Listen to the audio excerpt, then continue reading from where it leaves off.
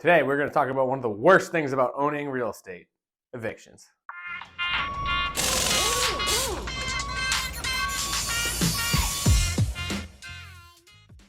Hey, what's going on, guys? Ryan from Boselli Brothers Real Estate. Today, we are going to be talking about evictions, what to do and how to navigate the situations of an eviction, and tips and tricks to avoid them before it gets to that point. Being a landlord can be a challenging job, and one of the toughest situations you can find yourself in as a landlord is when your tenants are not paying you rent. There are actually some things you can do to help avoid the eviction process entirely, because this can be time-consuming and costly. From personal experience, we've dealt with multiple evictions over the past 3 years. In this video, we're going to share some first-hand tips and tricks on how to deal with and navigate these situations. However, if all else fails, we're going to show you the key steps to take to get the problem tenant out in a timely manner. Note, eviction laws vary state to state, so please contact a local attorney to know the rules and regulations of your specific state you'll be doing your eviction in. So, your tenant stopped paying rent.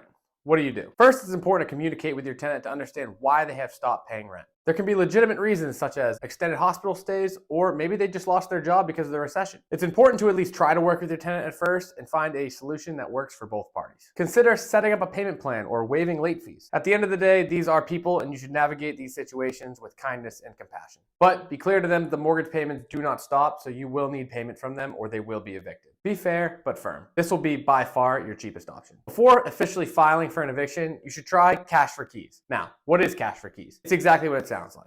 It's offering your tenant cash to move out of the property and turn their keys in. I would recommend giving them $500 if they can move out in the next 7 days, and then after the 7 days has passed, reduce that to $250.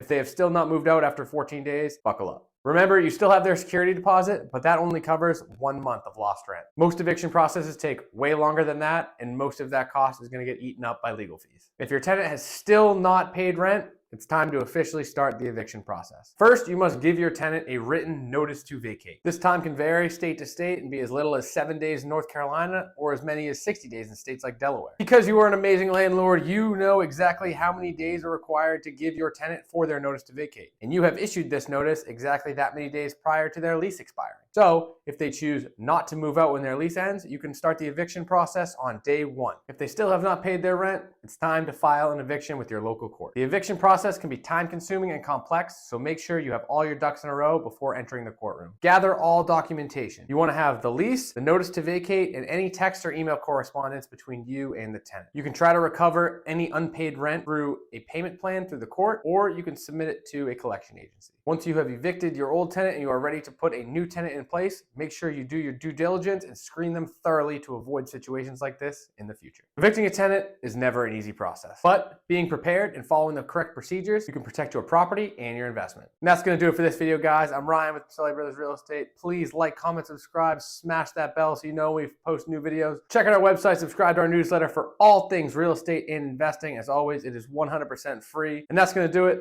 Once again, I'm Ryan. We'll see you next time. Okay. All right. Okay. Yeah, I'm gonna start actually going. Yeah. Okay.